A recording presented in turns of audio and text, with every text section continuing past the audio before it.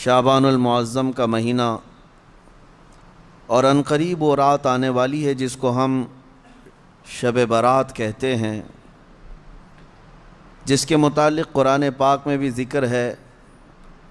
اللہ تعالیٰ نے یوں فرمایا: حامیم والکتاب المبین انا انزلناہ فی لیلۃ مبارکۃ انا کنا منذرین فیہا یفرق کل امر حکیم۔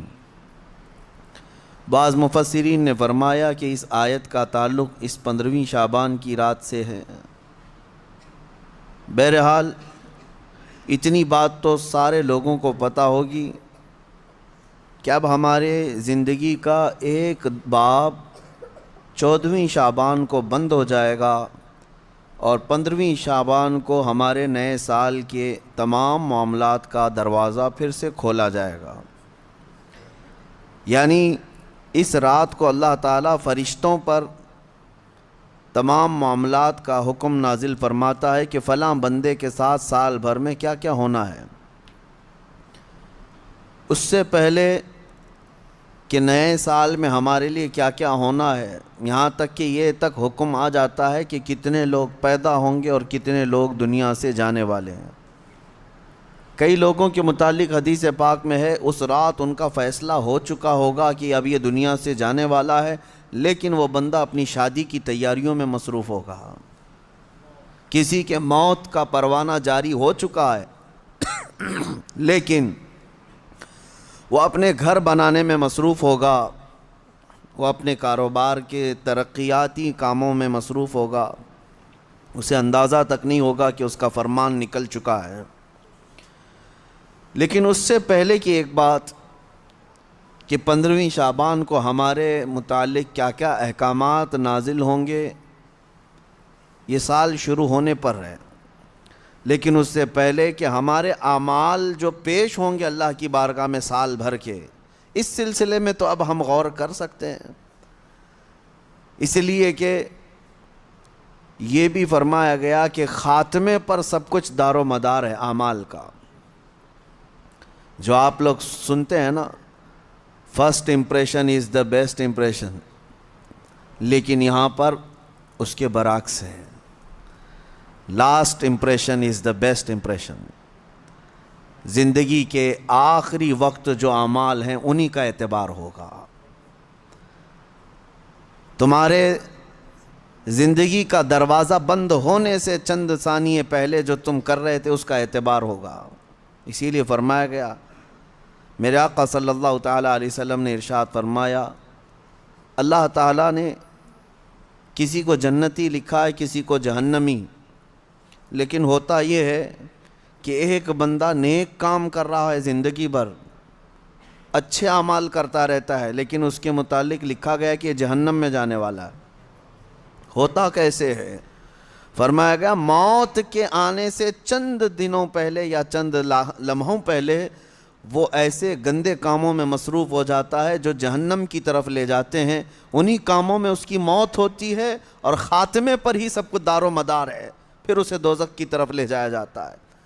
اور کسی کے متعلق اللہ تعالیٰ نے جنتی لکھا ہے جبکہ اس کے کام برے تھے، زندگی میں عجب عجب کام کیا کرتا تھا۔ یہ کیسے؟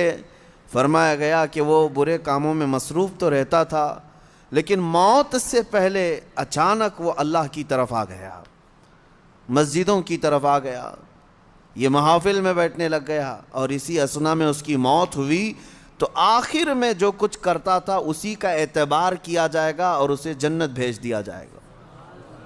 میرے عزیزوں، اب 15ویں شعبان سے پہلے ہیں، میرے خیال سے 4 یا 5 دن بچے ہیں۔